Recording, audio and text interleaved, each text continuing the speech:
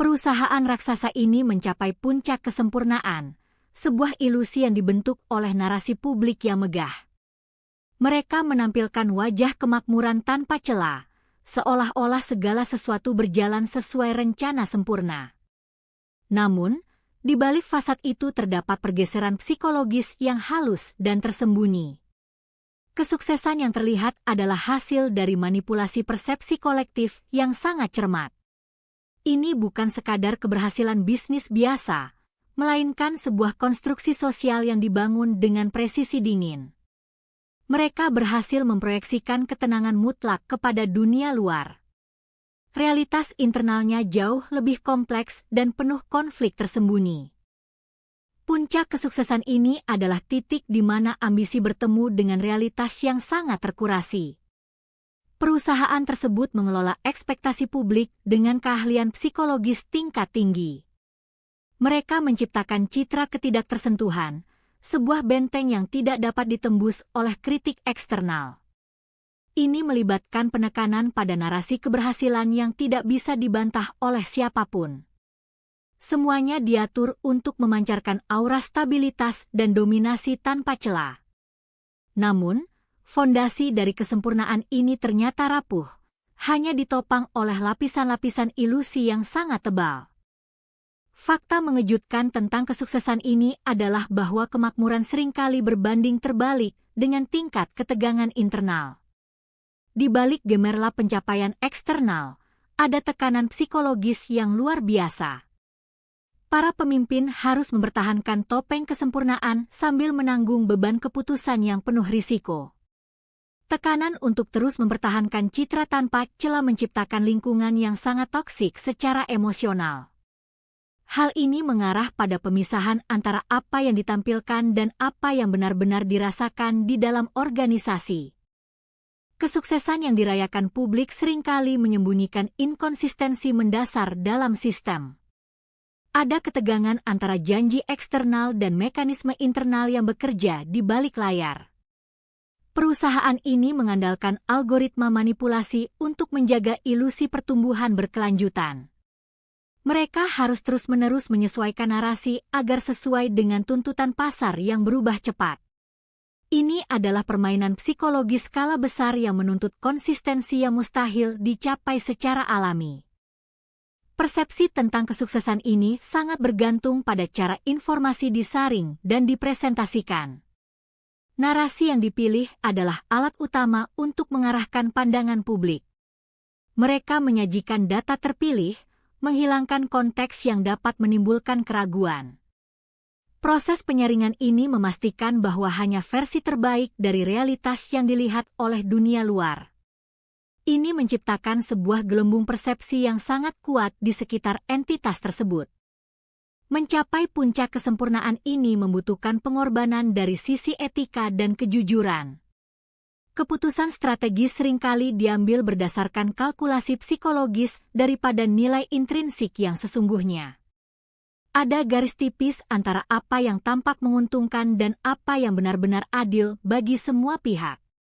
Batasan moral seringkali menjadi korban dari dorongan untuk mencapai status tertinggi. Keberhasilan ini dibayar dengan ketidakpastian etika yang tersembunyi. Pada titik ini, perusahaan beroperasi dalam paradoks antara tampilan luar dan kenyataan internal. Mereka tampak tak terkalahkan, namun di dalamnya terdapat kerentanan yang besar. Ini adalah momen sebelum retakan mulai muncul pada struktur yang terlihat kokoh. Ketegangan psikologis ini menjadi energi tersembunyi yang akan menentukan nasib selanjutnya.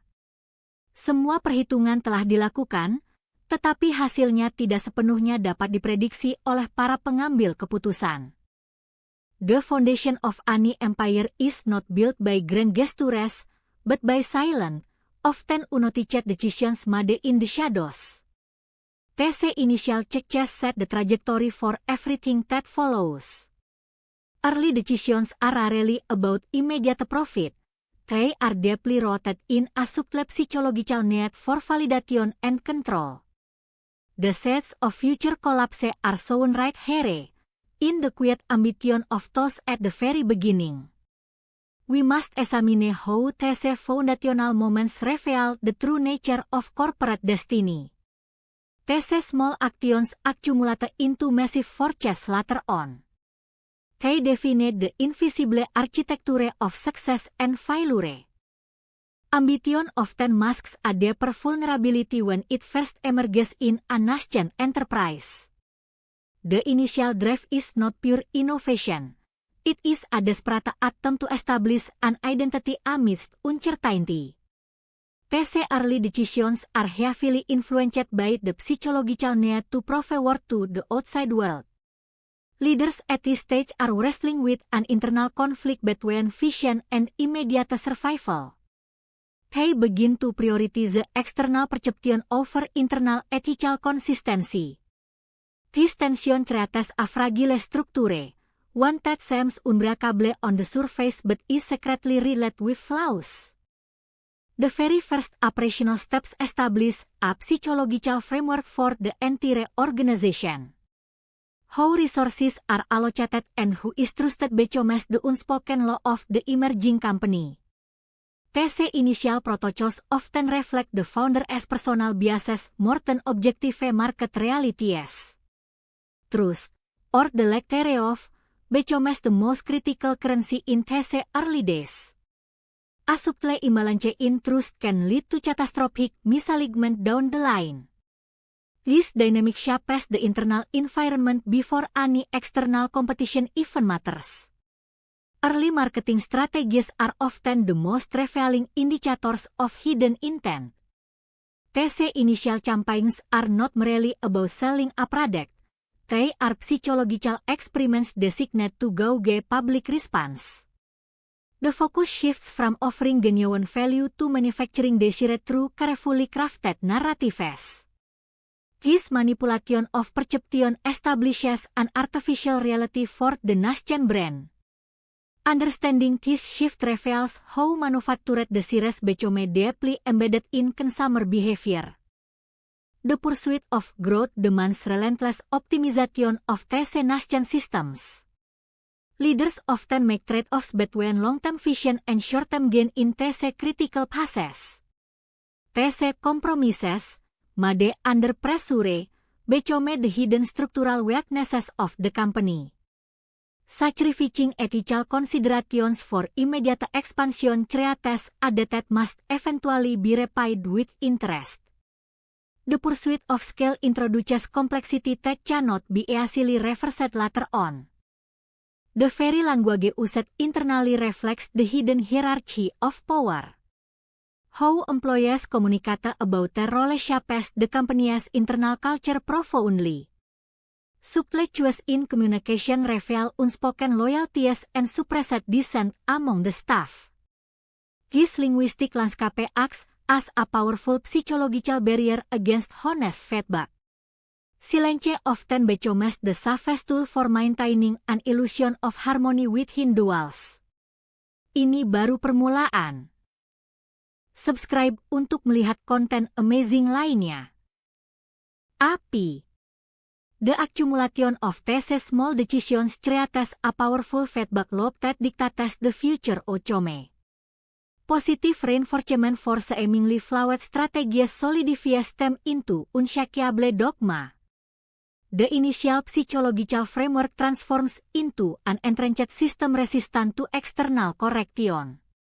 This inertia makes it exponentially harder to pivot when inevitable crises begin to emerge. The path chosen at the start defines the constraints of the eventual fall. Kesuksesan yang terlihat seringkali adalah ilusi yang sangat terstruktur. Perusahaan raksasa membangun citra kesempurnaan, seolah mereka telah menemukan formula tak tertandingi untuk dominasi pasar. Namun, di balik gemerlap itu tersimpan algoritma manipulasi psikologis yang rumit. Strategi ini dirancang bukan hanya untuk keuntungan finansial, tetapi juga untuk mengendalikan persepsi publik secara total. Mereka menciptakan sebuah realitas kolektif di mana kesuksesan tampak mutlak dan tidak dapat digoyahkan. Ini adalah seni menanam benih keraguan dalam pikiran konsumen. Kita akan menyelami bagaimana strategi ini bekerja di tingkat paling mendasar. Algoritma manipulasi pasar beroperasi melalui pemahaman mendalam tentang ketakutan manusia. Strategi ini memanfaatkan bias kognitif yang ada dalam pengambilan keputusan sehari-hari. Mereka tahu bahwa manusia cenderung mencari kepastian, meskipun informasi yang diberikan penuh dengan ambiguitas. Dengan memanipulasi narasi, perusahaan mengarahkan perhatian audiens ke arah yang diinginkan.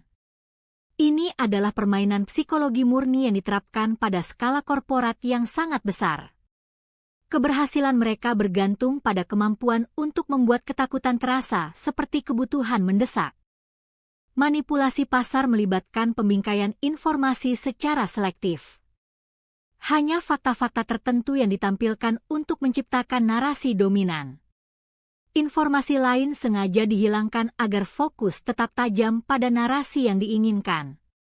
Ini adalah teknik penyaringan realitas yang sangat efektif dalam lingkungan bisnis yang kompetitif. Perusahaan mengontrol apa yang dilihat publik, dan melalui itu mereka membentuk keinginan pasar. Pembingkaian ini menciptakan ilusi bahwa jalur yang ditawarkan adalah satu-satunya jalan menuju kesuksesan. Psikologi manusia memainkan peran sentral dalam mengikat konsumen pada strategi ini. Rasa takut akan ketinggalan atau ketakutan akan kegagalan mendorong tindakan pembelian impulsif. Perusahaan memanfaatkan kebutuhan mendasar manusia untuk diterima dan diakui oleh kelompok. Dengan demikian, loyalitas tidak lagi didasarkan pada kualitas produk semata, melainkan pada rasa identitas yang ditawarkan oleh merek tersebut. Ini adalah ikatan emosional yang sangat kuat dan sulit diputuskan. Strategi ini seringkali melibatkan penciptaan eksklusivitas palsu. Perusahaan membatasi akses hanya untuk segelintir orang terpilih. Ini memicu rasa iri dan keinginan yang membara di kalangan audiens yang lebih luas. Pembatasan ini menciptakan nilai yang jauh lebih tinggi bagi mereka yang berhasil masuk ke dalam lingkaran tersebut. Rasa memiliki menjadi mata uang yang sangat berharga dalam ekosistem bisnis mereka. Keistimewaan ini dirancang untuk memicu ambisi kolektif. Algoritma ini juga memanfaatkan ilusi pilihan yang sangat halus. Konsumen merasa memiliki kebebasan memilih, padahal opsi yang tersedia sudah telah ditentukan sebelumnya. Pilihan yang disajikan hanyalah bingkai dari beberapa jalur yang telah ditetapkan oleh pembuat strategi. Ini adalah seni membatasi spektrum pilihan agar keputusan terasa alami dan logis bagi pengambilnya.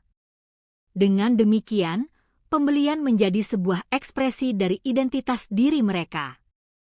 Bagaimana manipulasi ini diimplementasikan dalam interaksi sehari-hari? Melalui pengulangan pesan yang konsisten dan penempatan stimulus yang tepat. Setiap elemen visual dan verbal dirancang untuk memperkuat narasi dominan perusahaan. Proses ini dilakukan secara bertahap, membangun fondasi kepercayaan yang rapuh namun tampak kokoh. Perusahaan memastikan bahwa setiap titik sentuh menciptakan resonansi psikologis yang diinginkan. Ini adalah konstruksi realitas yang sangat canggih. Inti dari strategi jenius ini adalah mengelola emosi kolektif. Perusahaan tidak menjual produk, mereka menjual janji dan aspirasi yang terbungkus rapi. Mereka memanfaatkan keinginan manusia untuk menjadi bagian dari sesuatu yang lebih besar. Dengan demikian, konsumen terlibat dalam sebuah ritual psikologis yang mendalam. Kejatuhan seringkali terjadi ketika ilusi ini mulai retak di bawah tekanan realitas yang tak terhindarkan. The peak was a fragile illusion, built on unsustainable momentum. Everything seemed perfect, a flawless ascent toward an unattainable summit. Yet, beneath the polished surface, deep fissures were already forming. This moment of apparent triumph masked a profound internal instability. The foundation, once seemingly solid, began to vibrate with unseen stress. A silent reckoning was approaching, demanding an inevitable confrontation with reality. The illusion of control was about to shatter into dust. The internal pressure mounted relentlessly, pushing against the carefully constructed facade. Leaders experienced a sudden shift from euphoria to stark, cold dread. The systems that once functioned flawlessly began to reveal their inherent flaws. This was not an external threat, but a systemic failure born from unchecked ambition. Panic began to seep into the decision-making process, clouding clear judgment. Every successful move now carried the weight of impending disaster. The carefully managed narrative dissolved into raw fear. The external market reacted with brutal swiftness to the internal implosion.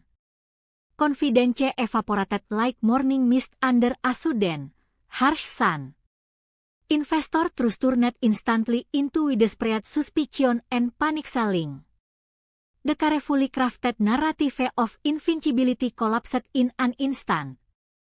Massive financial structures began to groan under the strain of this sudden reversal. The perceived stability vanished, replaced by a terrifying descent into chaos. The chain reaction initiated a catastrophic cascade across the entire enterprise. Supply chains seized up, communication fractured under the weight of uncertainty. Operational efficiency plummeted as critical systems failed simultaneously. The carefully orchestrated machine ground to a halt, revealing its breathless structure. This systemic failure was not isolated. It was a total collapse of interconnected mechanisms. Order dissolved into widespread disarray and confusion. Psychologically, the leaders struggled with the sudden loss of control. The ingrained belief in their own forensic crumbled under the weight of undeniable failure. Guilt and denial became powerful, paralyzing forces within the executive ranks. The reaction was a desperate scramble to understand the unseen forces driving the decline. This psychological turmoil amplified the external financial catastrophe exponentially. Fear became the dominant operating principle for every remaining decision. The public perception shifted dramatically from admiration to profound disillusionment. The once celebrated success became a stark cautionary tale of hubris and fragility. A massive disconnect emerged between the perceived reality and the unfolding catastrophe. Trust in the entire structure evaporated, leaving behind only cynicism and raw anger. The veneer of perfection was stripped away, exposing the vulnerability beneath. The final moments of the peak were characterized by a desperate, frantic attempt at damage control. Decisions were made in a fog of panic, driven by instinct rather than strategy. The attempts to salvage what remained proved futile against the systemic collapse. This was the moment when illusion met harsh, undeniable reality. The weight of accumulated errors became an unbearable, crushing burden on every involved party. The fall was not a sudden event, but a slow, agonizing unraveling of complex systems. Its subsequent failure exposed another layer of hidden vulnerability within the structure. The collapse revealed that success was never absolute. It was merely a temporary equilibrium. This process demonstrated how complexity can breed catastrophic fragility when ignored. The descent into ruin was a testament to the danger of unchecked momentum. Ultimately, the crisis exposed the profound psychological cost of chasing perfection. The pursuit of flawless success often sacrifices resilience and ethical grounding. The realization dawned that true stability lies not in external metrics but in internal fortitude. This catastrophic event served as a brutal lesson in managing ambition and accepting inevitable change. The wreckage left behind was a stark map of human vulnerability. Kejatuhan raksasa meninggalkan lebih dari sekadar reruntuhan fisik. Ia meninggalkan sebuah cermin yang memantulkan realitas psikologis yang brutal dan tak terhindarkan. Perusahaan yang pernah mencapai puncak kesempurnaan kini harus menghadapi pertanyaan tentang harga dari ambisi tanpa batas. Mereka belajar bahwa kesuksesan bukanlah tujuan akhir, melainkan hanya sebuah jeda sesaat sebelum perubahan besar datang. Ketahanan mental menjadi mata uang baru dalam dunia bisnis yang penuh gejolak ini. Pemimpin harus memahami bahwa kejatuhan adalah bagian tak terpisahkan dari siklus pertumbuhan. Ini adalah pelajaran tentang kerentanan dan keharusan untuk terus beradaptasi. Mereka menyadari bahwa fondasi yang mereka bangun ternyata rapuh di bawah tekanan ekstrim. Transformasi dari kehancuran menjadi kebijaksanaan adalah proses yang sangat menyakitkan. Setelah badai berakhir, fokus bergeser pada pemulihan internal alih-alih sekadar perbaikan eksternal. Ketahanan mental bukan lagi tentang menahan pukulan, melainkan tentang cara meresponsnya dengan integritas yang tak tergoyahkan. Para pemimpin harus menggali kedalaman pengalaman mereka untuk menemukan kekuatan yang tersembunyi di balik trauma. Memproses kegagalan masa lalu menjadi kebijaksanaan adalah langkah krusial menuju pembentukan kembali identitas perusahaan. Proses ini menuntut keberanian untuk mengakui kesalahan dan menerima konsekuensinya secara penuh. Etika menjadi kompas utama dalam navigasi masa depan setelah krisis besar melanda. Ketika keuntungan didorong oleh strategi yang manipulatif, garis batas moral seringkali terhapus. Perusahaan harus membangun kembali kepercayaan dengan memprioritaskan transparansi di atas keuntungan sesaat. Integritas bukan lagi pilihan tambahan, melainkan prasyarat mutlak untuk bertahan hidup jangka panjang. Keputusan etis akan menentukan apakah sebuah entitas dapat bangkit atau hanya menjadi monumen kegagalan. Membangun kembali reputasi membutuhkan komitmen yang mendalam terhadap nilai-nilai inti. Ketahanan mental perusahaan terletak pada kemampuan untuk menerima ketidakpastian yang melekat dalam setiap pasar. Mereka belajar bahwa kontrol penuh atas hasil adalah ilusi. Yang ada hanyalah manajemen risiko dan adaptasi cepat terhadap perubahan lingkungan. Memahami psikologi kolektif karyawan sangat penting dalam fase pemulihan ini. Kepemimpinan harus memupuk budaya di mana kegagalan dilihat sebagai data, bukan vonis akhir. Sikap menerima ketidaksempurnaan adalah kunci untuk membuka potensi inovasi yang baru. Pelajaran abadi dari kejatuhan raksasa adalah bahwa sistem yang tampak sempurna selalu mengandung benih kehancuran.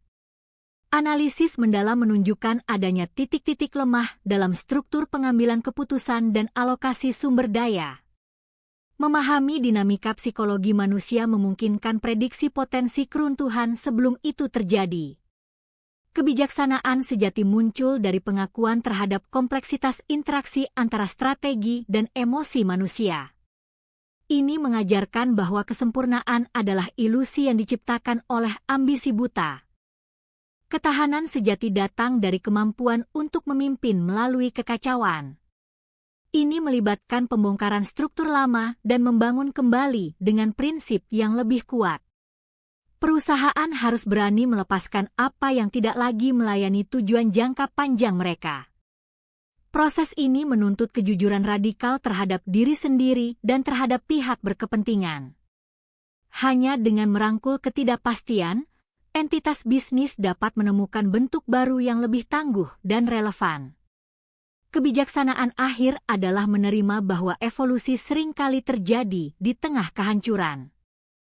Halo! Kalau kalian suka konten seperti ini, jangan lupa subscribe ya. Wajah tersenyum dengan mata bahagia subscribe sekarang sebelum video berikutnya. Besok ada konten spesial. Tanda tegangan tinggi.